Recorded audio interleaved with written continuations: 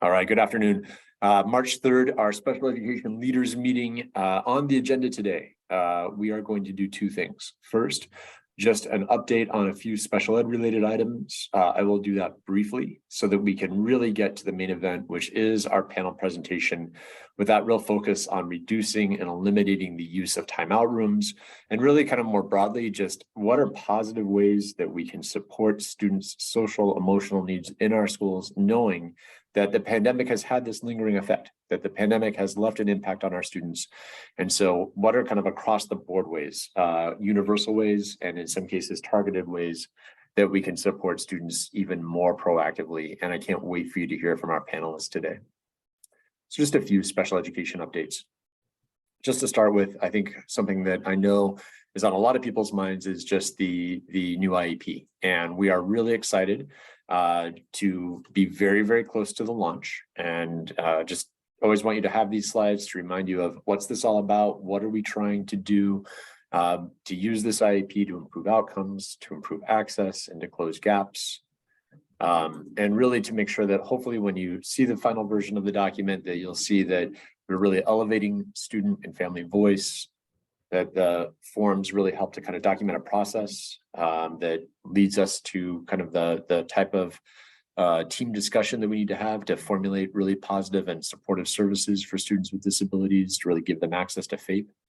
A real focus on least restrictive environment, that transition planning is built right in, and that the language is hopefully is just as accessible as possible. So no more Plep A, no more Plep B, for example.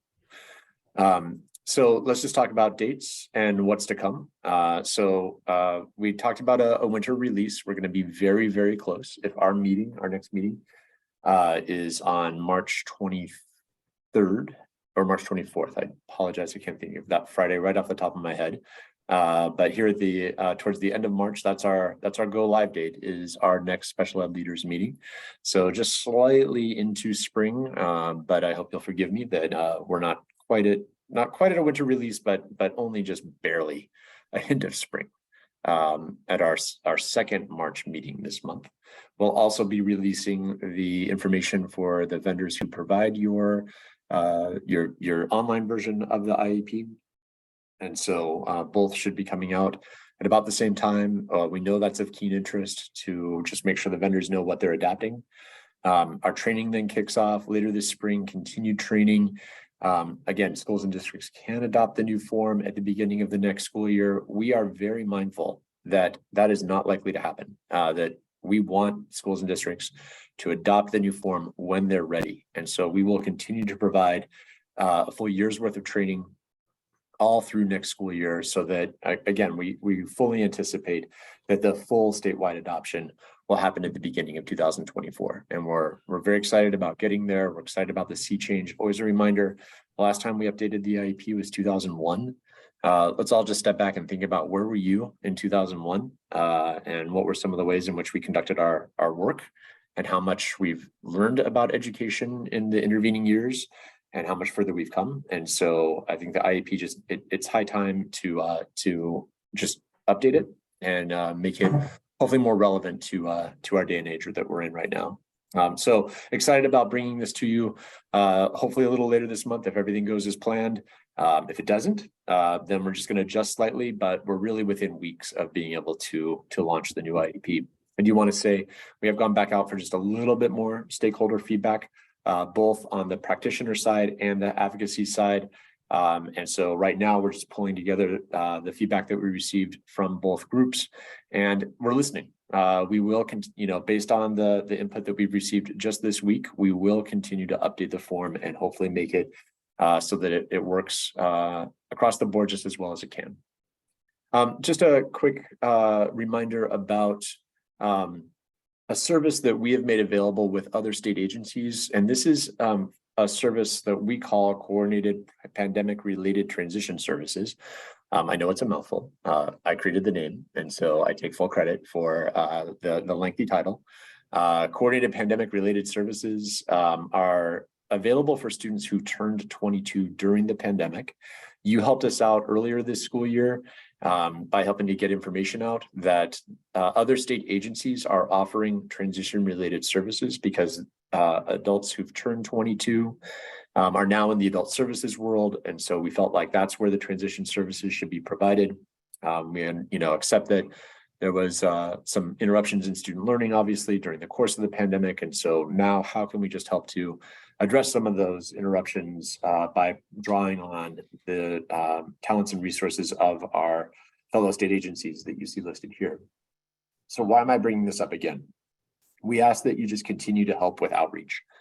We just want to make sure that individuals who are eligible, who in most cases are no longer with you, but you have a good sense of who they are. And if, a lot of your transition specialists, whoever, was supporting students up through their 22nd birthday, a lot of those people I know who these individuals are. And I know they care about them. And so, just asking that if you could continue to just help to get the word out. Maybe the first time that a parent reached out to get more information, these services have evolved and grown. And so maybe they heard, we're not quite ready to get started yet. If they called right when we first launched, maybe go back to them now and ask them to try again. Or maybe they didn't call at all the first go around. There are some really great things happening right now across the state, and we're growing it. There will be more services available over time, but a real focus from DDS, for example, on social skill development, on community functioning, on recreation skills. And they're doing some really amazing things. And they're really listening to the interests of adults to help formulate those services. And the more adults that we can have involved in this, the better. So it's a small ask of our districts just to continue to try to push the information out there. If you have a newsletter, if you have a way of just communicating this, or, we're glad for people to know about this broadly, just to try to get this to people who might benefit from it individually. So just a push to just to help continue to spread the word about this. We put this in our special education newsletter just recently, but if you're interested, we'd love to get you or your colleagues or just other stakeholders from within your community, educators, students, families, to give updates, to give input on our model educator evaluation rubric. And so if you could just, help to spread the word, the QR code right there, the tiny URL, just helping to just get that feedback on what people think about where we're heading with the educator evaluation rubric. And then I think near the end of my updates, yes, this is my last slide on updates. Those of you who receive resolution funds, just want to look ahead. It's March. I know how quickly the school year goes from here on in. It is just pedal to the metal as we get to the end of the school year. And so just a reminder of two important things coming up. If you are receiving resolution funds, if you could just please make sure that you've got the consultation meeting scheduled with the non-public schools, the private schools in your district, in your area. You could just please make sure that that consultation meeting is scheduled by May. And then just a reminder that we'll need that signed up written affirmation by June 1st. So two key dates coming up. And as always, just please work to spend down your funds to provide those services, and just to provide them within the way in which they're described through the resolution funds project proposal, and the way in which they're meant to be used. So with that, I'm really wanted to just gallop through that quickly so that I could get to the main event, like I said today, which is this amazing panel that we have for you today. And so, like I said from the beginning, we're really excited about having a panel of practitioners who are able to talk about ideas that will support the implementation of proactive approaches for supporting students with disabilities. And at the end of the day, really all students in your schools. We're just really hopeful that the way in which we do so today just helps you to kind of just maybe think about some things you haven't thought about before, and just think about these ways that just, in a sense, make education brighter, more engaging for our students. And then at the same time, have this, very intended impact of decreasing exclusionary timeout, directed timeout, and supporting our students with disabilities. So I'm now just really glad to hand off the presentation to my colleagues, Brian Coonley and Chris Pond, who organized today's panel. And I'm really grateful for the work that Brian and Chris put into preparing this panel presentation. And like I said, I can't wait for you to hear from these amazing educators. I'm just going to take one quick second though of personal prerogative here, and really just to thank Brian Coonley. Brian, this is his last presentation with us. He's going on to better and brighter things, although it's very hard for me to say that because we've really enjoyed having Brian as a colleague here at DESE. He's going to continue to support children and children with disabilities specifically, just in another role, and we completely respect that. Many years ago, Brian and I took a tour out, a school visit out to Nantucket. And it's a good bonding moment for us to ride that ferry across the bay and the harbor to go to Nantucket. I just want you all to picture this. You know, Brian and I arrived for a day trip, just had our backpacks or whatever with us just for the day, our work bags. And as we're walking around the school, everyone kept saying to us, "Do you really think you're going to get off the island today?" Because the wind was just barely blowing in the trees. And we're looking at each other and thinking, we didn't even bring a toothbrush. Like, are we going to get off the island? This was not even a consideration, but I was kind of worried we're going to end up sleeping at Stop and Shop. We didn't. Made it back, and Brian has gone on to do really amazing work for us with significant disproportionality and so many other things, really focusing on equity and access. So Brian, Chris, really happy to turn it over to you. I'll advance the slides, and just thanks for organizing today's panel. Thank you. Great, thank you. Thank you for those kind words, Russell. I appreciate it. I think back to those moments too. The weather, I don't usually check the weather, and that they all constantly were asking us about the weather report was fascinating, and it helped really understand how different life can be in different districts across the Commonwealth. Can we go to the next slide? So actually let's go one more. So these, I'm going to open up. We have 4 different individuals presenting today to all of you. 1 from the Justice Resource Institute, and then 3 from school districts. We're really excited to have this opportunity, as Russell said, because this gives a unique opportunity for you to hear about different and hopefully some unique ways of supporting students and thinking about areas of students' behavioral, mental health needs, social, emotional, and wellness needs in schools, and how people have maybe done things a little bit differently. Really, our goal today is to hopefully get your mind turning, get you thinking about things that you could be doing in your school and in your districts. And all of our panelists today are glad to be in contact with you if you have any questions or thoughts, or that you hear and you want to try something. They're all very excited to be able to help and work with all of you today. So first up, we have an exciting presentation from JRI, the Justice Resource Institute. Corey will discuss how they establish trauma-informed therapeutic environments in building communities of care, and then how that work is applicable to all of you in schools and districts across the state. So with that, it's my privilege to introduce and hand it off to Corey. Right. Oh, so I didn't know if you wanted me just to introduce the other schools so we didn't have to stop. If you don't mind going back. Of course, Chris. So it's my pleasure to introduce the rest of the panelists, and just so we don't have to break up the flow. Eliza Casella, Director of Social Emotional Learning, Culture and Climate in Salem Public Schools, will talk about some of the work they're doing and innovative, promising practices that they're supporting, some of the work that Brian spoke to earlier. You'll hear a lot about what they're doing around some calming spaces and materials that they are embedding into thinking about the whole climate of and culture of their school. Allison Connolly will also talk about some of the work they're doing in Stoneham around how they've built some library space, and thinking about also some ways that they're putting in calming spaces or calming corners to think about this work. Eliza will also be with her principal, Craig. And then Marla de la Cruz, who's the district coordinator of behavioral mental health in Groton Dunstable, will also speak to some of the work they're doing in the same space.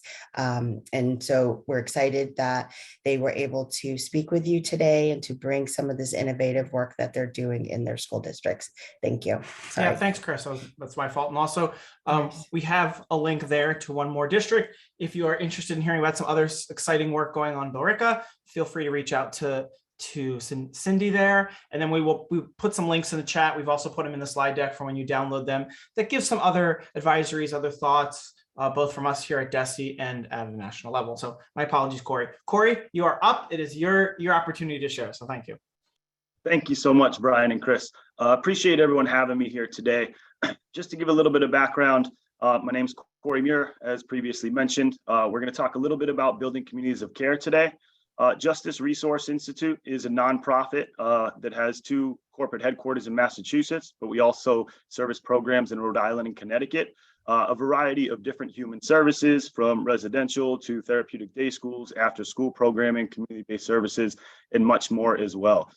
And really where building communities of care came from was some leaders within JRI came together and developed this between 2009 and 2012. And we've continued to adapt and evolve that as we continue to learn more about the individuals that we are working with. Next thing we want to kind of talk about and highlight here is what we already know. So things that we know are individuals, all of us, we're biologically hardwired to respond to stress and threat in our environment. And we all do that differently. What we really want to think about is how we need to understand how stress and change impacts our students so that we can explain it to them in a language that they can understand, that makes sense to them, so we can help normalize their responses and help them feel safe and comfortable within our environments. We also need to understand what's happening in our own bodies so that we can recognize signs of burnout or vicarious trauma and identify self-care strategies to match our specific needs. The next slide we're going to talk about here is the human stress response continuum. So this is, in theory, we want people to be able to distinguish normative reactions to stress. This is how we should be responding, where there's a stressor, a perceived threat to survival. So maybe that's a loud noise, something falls, a bang. Earlier, somebody was talking about how they're building another school right outside their current school. So sometimes there would be loud noises or explosions or bangs. The next thing you see is that stress response. That's what happens in our mind, our body, our brain. That's what our body tends to do, where when you hear that loud noise, you may jump. You may have a response to that in a moment. And then our behavioral reactions to those stress response, that's where we're able to identify that was a loud bang outside or that was an explosion from construction, and we can kind of turn some of those threats off. At times, individuals that we work with, they don't have the ability to turn that off, and that's where we come in to be able to support that a bit. So if we transition to this next slide, we're really thinking about the COVID lens. We've highlighted that over the past 3 years, there's been a lot of things that have impacted the students that we work with. A lack of predictability, sense that it will never end, tons of change, going back and forth from virtual to non-virtual, loss of safety, loss of connection, loss of social learning. These are how our students are impacted. And if we transition over to the next slide, this is really going to be how these things might show themselves in the classroom. Maybe there's increased anxiety or worry amongst the students, a lack of interest in things that maybe they previously enjoyed, age-related regressions in sleep, independence, emotional control, language that they use, anger, agitation, irritability, decreased frustration tolerance, withdrawal, and I'm sure there's plenty more that you also can share as well. But thinking about these things that our students are showing to us, we want to think about what we do to reduce and eliminate exclusionary practices in schools. So one thing that we always want to think about is we want to keep in mind the impact of trauma when thinking about techniques and activities. Over the last 3 years, there have been a lot of traumatic situations and experiences through this COVID lens, a lot of unknown for a lot of the individuals that you're supporting. We want to be able to recognize behavior as a form of communication, often trying to communicate some sort of need from the individual or the student. Really thinking about connection, containment, control. How do we provide that for individuals in the moment? We know attunement is a key factor in building successful relationships. That's that proactivity. That's us being able to assess and being able to read and know each individual so we can determine if they need some sort of connection, containment, or control in that moment. And then the last thing is we really think that strategies are presented as a menu. There's a whole lot of different strategies that we can have out there, but our goal is to think about how do we individualize their usage to match the specific needs of the student that we're working with in the moment, because everyone's going to respond differently. The next thing here is this is an overview of kind of our BCC curriculum that's broken down into 3 chapters. Our mission statement is really teaching participants, staff, caregivers to provide trauma-informed, individualized, and strengths-based interventions within a nurturing and supportive community of care. BCC is an ARC-informed curriculum. This is really talking about the attachment, regulation, competency framework of working with individuals in a large kind of programmatic setting, but also thinking about it on an individualized level as well. And then we really think about our 3 chapters, our environment, treatment, and engagement. Thinking about those 3 chapters, if I can summarize them in a sentence or 2, within the environment, we're really trying to think about how do we utilize that to help individuals feel safe and comfortable in our setting. When they're safe and comfortable, some of those other things can be shut off. Some of those warnings to threat or perceived threat or distraction or anxiety. We can have individuals feel safe and comfortable. We can help minimize some of those and really open up their ability to be able to grow. Treatment, we want to think about how everyone impacts treatment no matter what their role is.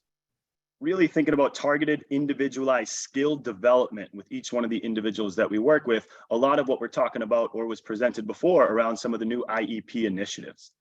And then our last thing is thinking about engagement. How do we continue to help build skills and tolerance within the individuals or students that we're supporting while getting to know them and building relationships that we can utilize to help support in moments of struggle or when there may be too much distraction or too much external stimuli kind of overtaking an individual? How do we support them with their best needs in the moment?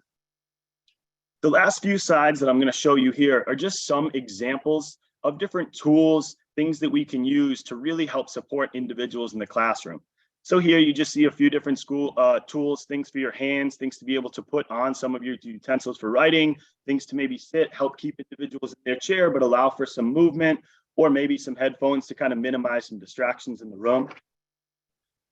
If we transition to our next slide, what you're going to see is this is really about helping individuals be able to have opportunities for regulation. We know a lot of kids need movement built into the day. So how do we proactively do that? We can set up our environments to have opportunities to be able to get out some of that energy and be very intentional with some of our sensory kind of needs that we may meet. The next photo you're going to see is an example of one of our smart rooms that we utilize at a lot of our schools.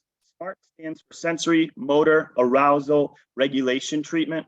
And that's really working with the individuals to help understand specific and individualized tools, interventions, and strategies to help be able to maintain their own regulation, where we focus on their self-regulation, but also we might be doing that through co-regulation and supporting them in that process.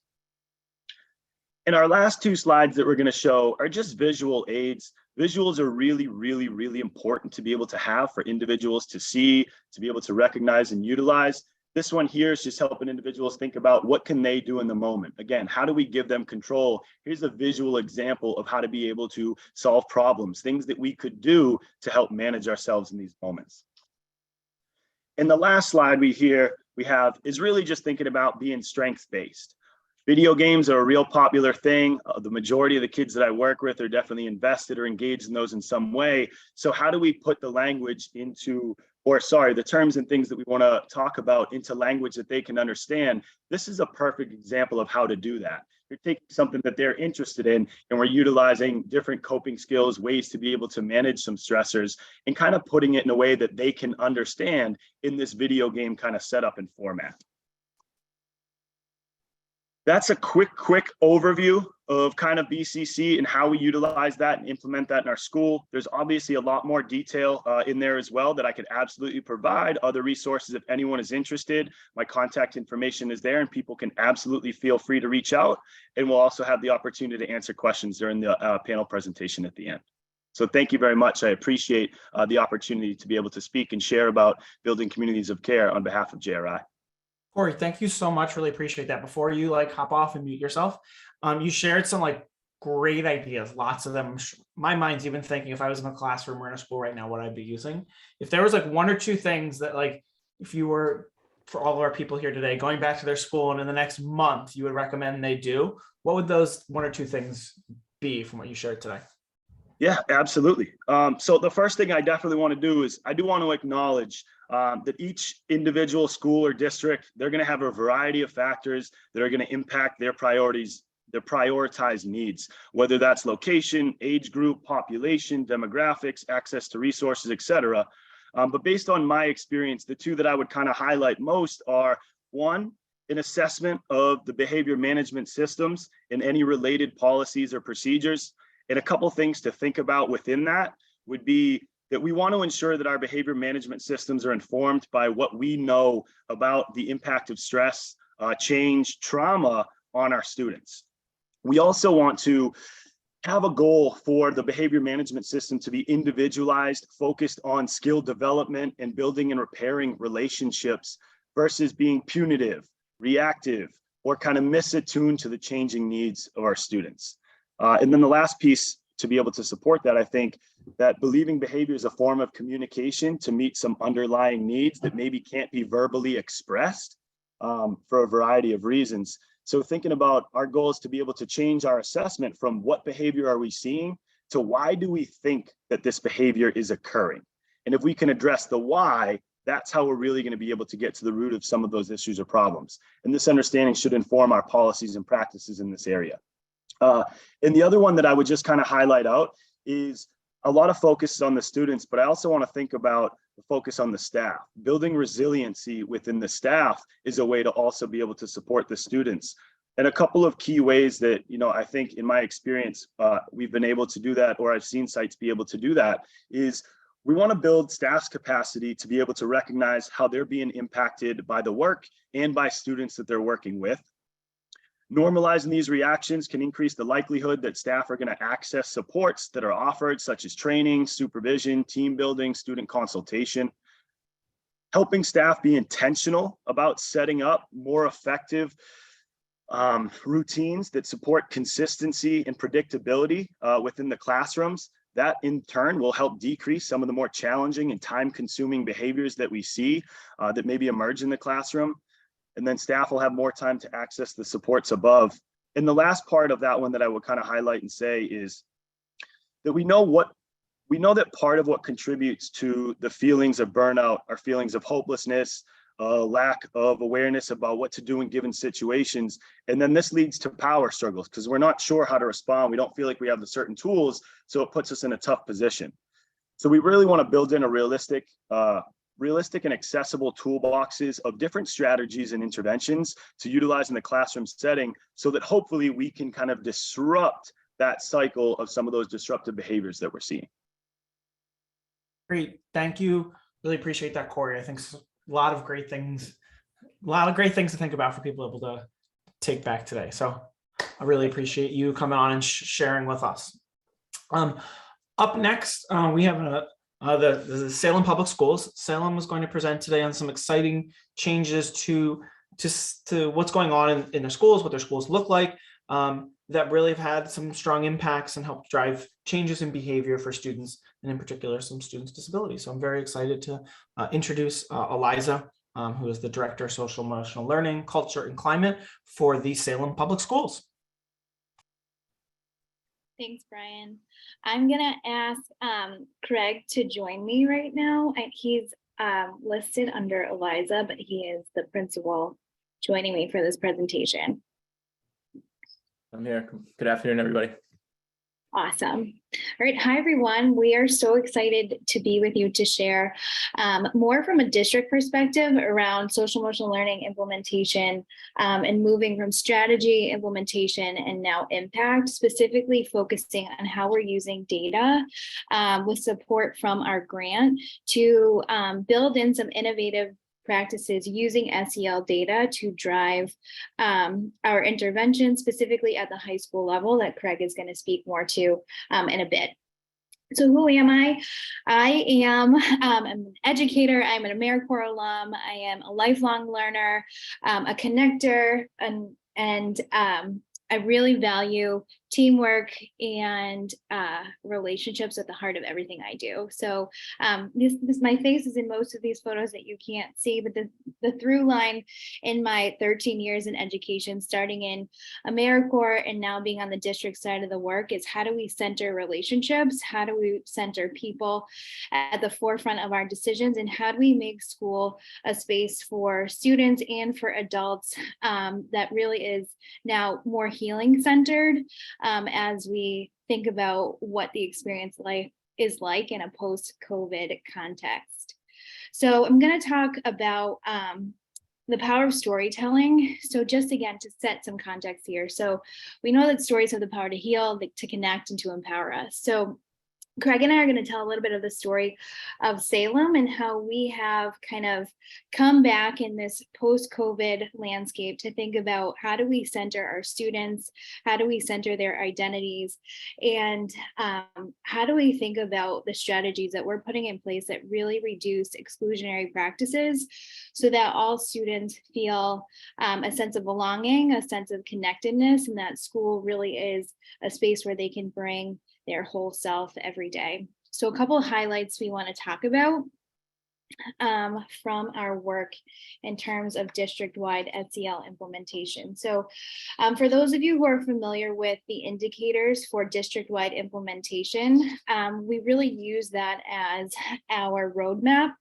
in identifying need in our district and thinking about how SEL is not a one-size-fits-all approach. It is a process. It is not a program. So we emphasize differentiating SEL school-based practices through the inventories I'm going to talk about in a bit. Using a strengths-based, human-centered design approach, and then thinking about where our restorative practices where are we at as a district with restorative practices, and specifically thinking about the new law and supportive discipline as one of the indicator areas. How are we incorporating and building up our people so that we can use more restorative practices as alternative remedies to exclusionary practices. And then finally, thinking about, it's very important, adult SEL, and thinking about the wellness of our educators and what we are doing to take care of our teachers so that they feel like they can bring their best selves to this work every day. So just a quick snapshot on SEL in Salem. So a lot of this work is in partnership with other folks. So it really is a collective effort and in support with the grant that we received from DESE, we've been able to bring on some new partners. So really thinking about taking a step back and looking at who we brought in and strategically placing them in different places so that we could implement SEL with fidelity across our district. So Suffolk University to support our restorative justice work. Playworks is partnering with all of our elementaries. Cleaver Ed and Character Strong are evidence-based SEL curriculum. And thinking about City Connects as a continuum of integrated supports, and then Caring School Communities, the Equity Imperative, Second Step, and the BAR are all seen in our high school space. But all centered in all of this work are the SEL Castle competencies. So we're really trying to be intentional around who we bring in and how they can support each of the indicator areas. So how did we do that? So this is the SEL inventory that we used in every school in Salem. So I hope that you can take some of these tools and think about how to apply them in your district as they correlate to the indicators of SEL implementation. So you'll see the indicators on the left side here, a description of each one. And so my process was to meet with school leaders and to assess where schools were at, what were our areas of strengths, and then where were our areas of growth going forward. So you'll see this tool, very user-friendly. School leaders were very receptive to it and thinking about kind of what's already happening and how can we build off of that. So always identifying the strengths and what's already in place, and then thinking about how we could use our partners and our folks in the building who bring tons of expertise to build off of what's already happening and to grow from there. So I'm going to turn it over because I don't want to take up too much time, and I always want to elevate the voice of folks who are doing the work. So I'm going to ask Craig to speak a little bit to our data-informed practices and how we've been been able to implement the DESE. So in the last slide, you'll see Aperture Education was in the middle. That is the evidence-based tool that we are using to inform interventions K through 6, and then we piloted in the high school space. Craig. Sure. Thanks, Eliza. Thanks for having me, everybody, this afternoon. Again, thank you for Eliza to invite me to get my perspective here as a principal. A little bit about myself. I'm a principal of a high school in Salem called Salem Prep High School. We're a small special education therapeutic public day school. So we are servicing students in our district with the absolute highest need around social emotional disabilities, primarily amongst other disability areas. So SEL and informed SEL practices are really our lifeblood. It's what we're doing every single day in our classrooms. And the people that work in our program, we're really fortunate to have a really well-staffed program, a really high staff to student ratio. So servicing up to 25 students. We have myself as a principal, 5 special education teachers, 2 behavior specialists, a paraprofessional, and a student support specialist. Really a great group of people that support our kids with really high needs in this type of work that we're talking about here, day in and day out. And so coming into my school, and knowing that this is the second school that I've led that was a therapeutic public day school. The people that are working in these schools really speak this language and are passionate about this work. So I was really excited to come into Salem and partner with Eliza really early on to identify exactly like she said, what were our strengths? We are the special education public day school in our district. So it's really key that we're honing in on this area. And so we identified what were strengths, what were areas for growth. And so with this piloting this DESE data, the implementation and the work around that has been really intentional, and it's been really impactful already. And we're continuing to grow and evolve with that data. So I'm sorry for the lack of a visual here. I joined the party a little bit late, so my slide didn't make it in. I'm going to read off my slide for some talk points, but feel free to stop me and ask any questions. So I had a quote at the top of this slide because I think this really captures a lot of what I'm going to say. And you may have heard this, it's credited to Aristotle. We are what we repeatedly do. Excellence then is not an act, but a habit. And I may be stretching the original meaning of that quote. But really what that means to me is that SEL is not this thing or, a box we simply check or something that's in a bucket over here. SEL is a habit. It's part of what we're doing. It's embedded in the fabric of what we're doing every day in schools. And this has to be a shared vision amongst any school teams, really, for successful implementation of the authentic SEL practices that we're talking about here. I think that the beauty of that is that whether people agree with it or not, any staff or anybody in your buildings, SEL is embedded in everything we're doing. And that radical acceptance, again, whether you have dissenters or people who share that philosophy is really powerful, because the keys to implementing these practices and them working and being intentional is helping people to understand that the great work they're doing every day is already part of what SEL is. And how do we capture that? How do we show people that that's what we're doing and that we're making progress? And so in my high school space, again, this is my perspective from a highly intensive, really clinically based school in a lot of ways. Our ability to do this work and capture this work really to meet the needs of our students in their areas of disability is critical.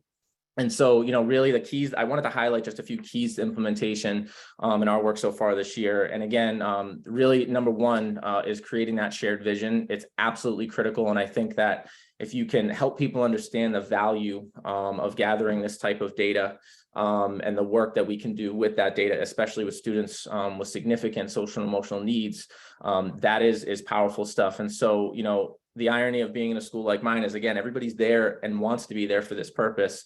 But even sometimes a shared philosophy didn't always mean that the buy-in and initial implementation went as smoothly as possible. So I think helping people using this DESE data to identify and individualize the strengths and areas for growth, competencies or lagging skills that students had to inform our work has been incredibly impactful and really helped people. Change is the hardest thing for any of us to do. We're creatures of habit as human beings, and being able to capture the data with this DESE tool has been really helpful for people to see and feel the work and the progress that we're already making.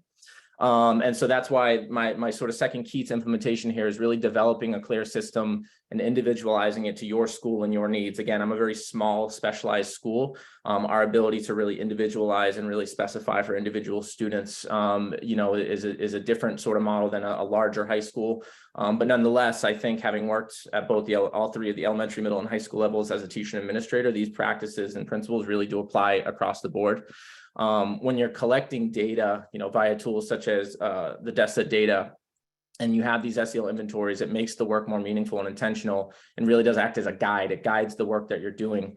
And I think the key thing is it shows teachers that it doesn't change. They don't have to blow up their pedagogy and their lesson plans and everything that they're doing. It really is embedded. And this is just a really helpful way to capture it without adding another thing for teachers and staff in the building to do. And then really, I wanted to share a last point here. I could really go on for days and days, but really invoking student voice and empowering them to have a seat at the table, especially at the high school level, and kids with disabilities that are this significant, and the barriers that they have at a school like mine. When they feel like they have a voice at the table to do this work, and they understand how valuable it is to us as the adults in the building, and we empower them to be a part of that process, it's really amazing. And again, if I had all day to talk about it, I could share a million of the things that we're doing at our school. But I wanted to capture kind of my key components here to implementation, and the powerful work that it does when you're working with students in the social emotional learning arena. Thank you. Awesome. Thanks, Greg. Thank you very much. I was going to ask a question about how you really get it to that student level or what it was, but that you really hit on what my question was, right? That really embedding it and getting it in that work. So Russell, we can go on to the next slide. Yep. So I'm going to wrap up quickly. I know we're running out of time here. So just two last pieces here around the adult SEL piece. So across our district, that has definitely been a priority, and it continues to come up in conversations across our schools. So how are we supporting and taking care of adults? So a little bit of research here around the importance of centering adults in this work, and even more so post-pandemic. And finally, just wanted to share an article with you around centering joy. So how can we cultivate and bring joy back into classrooms, starting with educators and thinking about, the impact of COVID-19 on school happiness, and how do we center joy and do all the things that Craig is doing with his team to make learning and spaces holistic and taking care of the whole child, while also taking care of the educators as well. So that's how we've done it in Salem. It's a work in progress, and I am so grateful to share our story with all of you today. Thanks for having us, Brian. Oh, thank you for joining us. I'm so excited to hear what all of you are doing, and I'm sure all participants are starting to get some ideas, and I'm sure you'll get lots of emails in the next few days. We're ready. Thank you. Thank you. So up next, we have an opportunity to hear from Allison in Stoneham. So Stoneham has made changes, and she's going to go into the details, but they have made changes to their library. And she's going to talk about how making those changes has had an impact on the school as a whole, and how now that's going to be continuing to spread across the district. So it is my pleasure to introduce Allison, and Allison, you can take it away. Thank you. Is my I'm not able to put my video. Am I showing up? You are not, Allison. Let me. And I'm trying to. Here we go. Okay. Thank you. Well, thank you very much for having me here today. I'm really excited to get a chance to talk about school libraries and what we can offer to schools, and especially following up on what we just talked about, the last speaker just talked about. School libraries are redesigning themselves, and school librarians are redesigning their jobs to meet a lot of the needs that you guys are talking about today. I have been here at Stoneham for 8 years. Prior to this, I was at another high school. So this is actually the third school that I've come in and done this. I'm sort of known for coming into libraries and sort of blowing them up and changing them into new spaces. When I came here in Stoneham, the goal was to get to this place to be more flexible and get it to be a place where students were welcome and where students felt that ownership of the space. And if you want to go to the next slide, you'll start to see a little bit about what we did. So we're creating an inclusive space that meets both the academic, which is really obviously important in the library, and also the social emotional needs of all the students in the school. The goal was to try to make it feel like the family room of the school. So a place where people could come and relax and do academic activities if they needed to, but also find other ways to de-stress throughout the day. The library that we have here now is very relaxing and it's a welcoming atmosphere. It allows students to decompress from their stress and is also an alternative environment to the classroom. So sometimes there are students or teachers who need to get out of the classroom, and that we have rearranged the space now so that we can accommodate multiple classes at one time, and we can accommodate lots of different types of learning styles. And you'll see that in some of the pictures that if you should move on to the next slide. So as you can see on the left-hand side, we had lots and lots of books in the library, and books obviously are still really important. But with the advent of the internet and with the advent of ebooks and databases, libraries are reconfiguring their spaces now because we just don't need to have the shelves and the books that we used to have in the olden days. So we got rid of a ton of books, and then we started looking at the space and figuring out how can we change this up so it would make it more comfortable for students. So part of what the funding that we got for DESE, we invested a lot of money in new furniture. You can see that kids are sitting in, those are actually IKEA chairs, and they bounce up and down. So they really help kids that maybe are having want to relax, but also need to move. They give kids an opportunity to put their feet up, relax. There's one of the things that I will say as we go through is that we have very few rules here in the library. And the reason that is because kids have taken ownership of the space. They feel like it's their space and they respect it and they respect the things that are in it. So there really aren't a lot of library rules. As you can see on the right-hand side, we also brought in some inexpensive Adirondack chairs and made little cozy corners for kids to sit and to relax in. So the big part of what we did was to try to make the place more comfortable. You could switch to the next slide. And we all wanted to make it more relaxing. So we have introduced coloring and puzzle spots. Our community puzzle spot is a huge, very popular. We've got puzzles set up and anyone can sit down at any time. Sometimes teachers are having a rough day, they pop in, they sit with the puzzle for a little while, and anyone can come in and use it. We have, as I said, we have coloring spots. We have Lego spaces where, again, sometimes kids just need a space to decompress. They come in and they use their Legos. One of the most popular things that we've done here is we have webcams live webcam that we have of lots of different animals. And one of the most popular ones is I've been able to find webcams where they're actually puppies. There's the association that breeds and trains guide dogs, and they have a camera in where all their puppies are. So I've had some students come in and say, Mrs. Connolly, I was having a really bad day, but when you come in here and you sit down and you relax, who can be stressed and upset when you're watching puppies? So we've also had the other things where we're watching pandas in China, or just, fish tanks, anything that's a visual where kids can just kind of sit down and relax. And we have that going throughout the day. If there's academic classes in here, obviously a lot of this stuff is not accessible. But during lunch, before school, after school, all of this stuff is available, and it's there to help kids to relax and to de-stress. The next slide. We also tried to make it warm. If you can see on the left-hand side, we had some really old rugs. We had some really old paint. We had, actually before this picture on the left-hand side, we had lots and lots of bookcases. So the first thing we had to do was go in and get rid of tons and tons of bookcases and make up different types of seating arrangements. So if you can see on the right, we've got new rugs, we've got new paint. I actually got rid of that big desk that I had now. I don't need to have that big desk anymore. And there's lots of little pockets of places where kids can sit. They can sit and collaborate with each other, or they can drag a chair and be by themselves if they want to. So the places, everything is flexible, everything is movable to meet the needs of the kids, or if teachers are bringing students in, we can also accommodate them in that way too. The next slide. And we make it fun. Again, I have a whole the puzzle spot you can see in the middle. We've got kids, we have board games everywhere, and especially since the pandemic, with kids were so much on their phone and so much on their screen, we have kids actually come in here and they'll take the Monopoly game out. They'll take chess was huge. We have a huge chess thing going on in the library now. So kids are interacting with each other and they're talking to each other. And they're not just on their screens like they were during the pandemic. So we made it fun. So there's a lot of fun things to do in the library.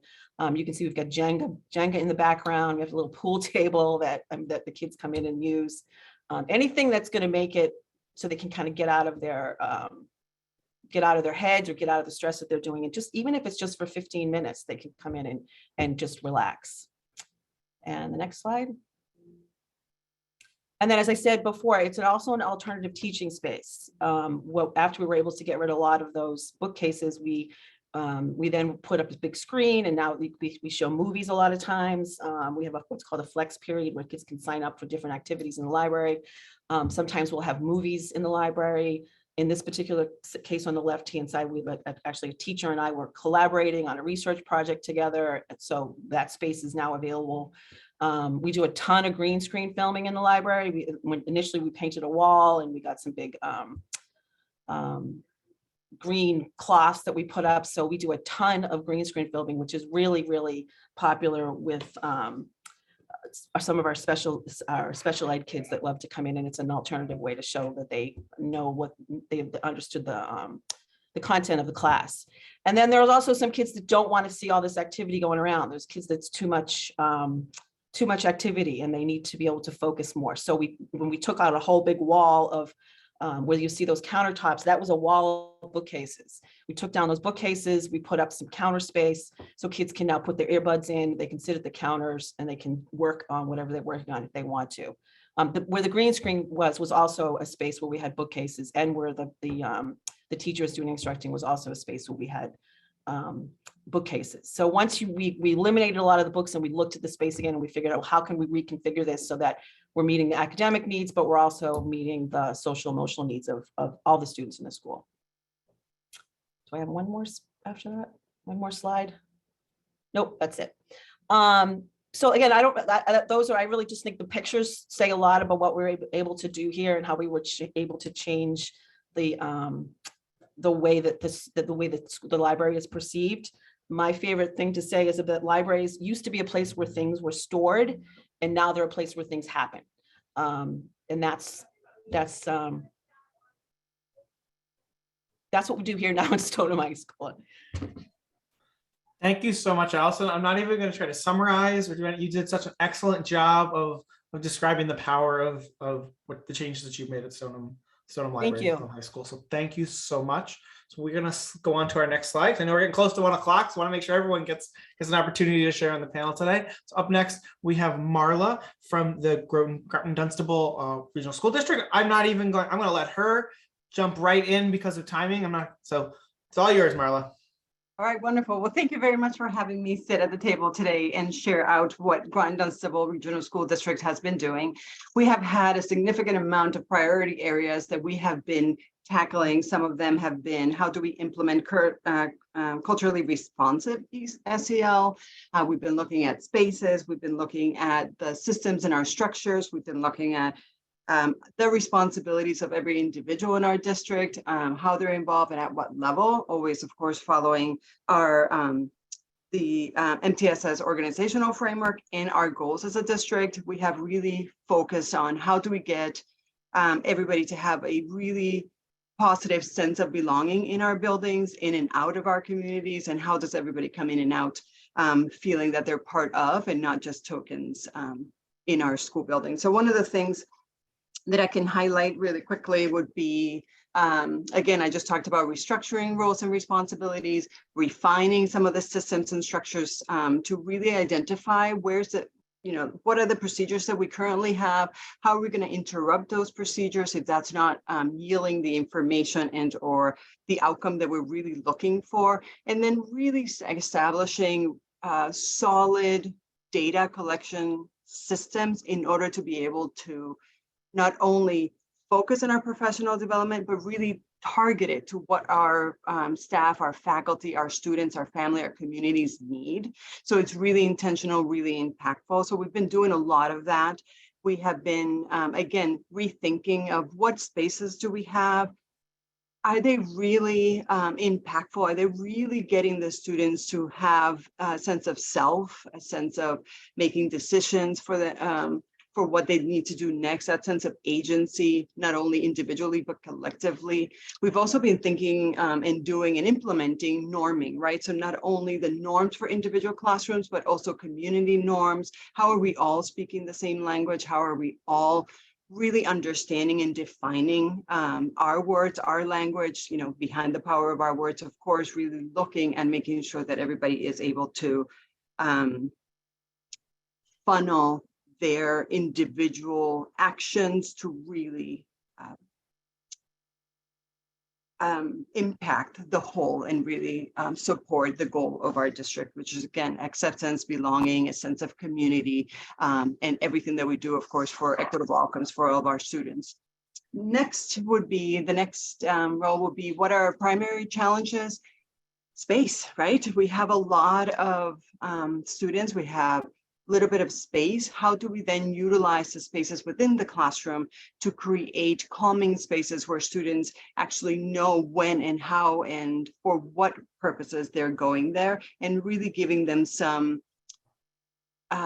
activities, like whether it's puzzles or drawing or simply quiet, or maybe some music. I know Corey, I think you were talking about some of those headphones, some of those fidget toys you talked about. I saw the little sitting bubble that I call it, so that students are able to move. I think there's a lot of that happening in our classrooms, but not as individualized as we would like to see it. So again, the data that we've been collecting will really inform how we move forward.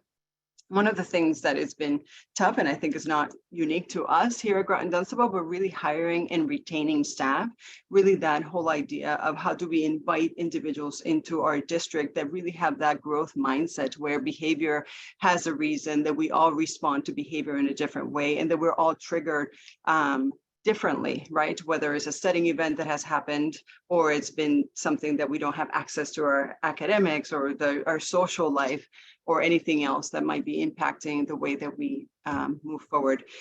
The other piece that we've been talking about is also, again, I just mentioned it, this whole idea of growth mindset and really understanding where our students are coming today, that is very different from where our students were coming 10, 15, even pre-pandemic, you know.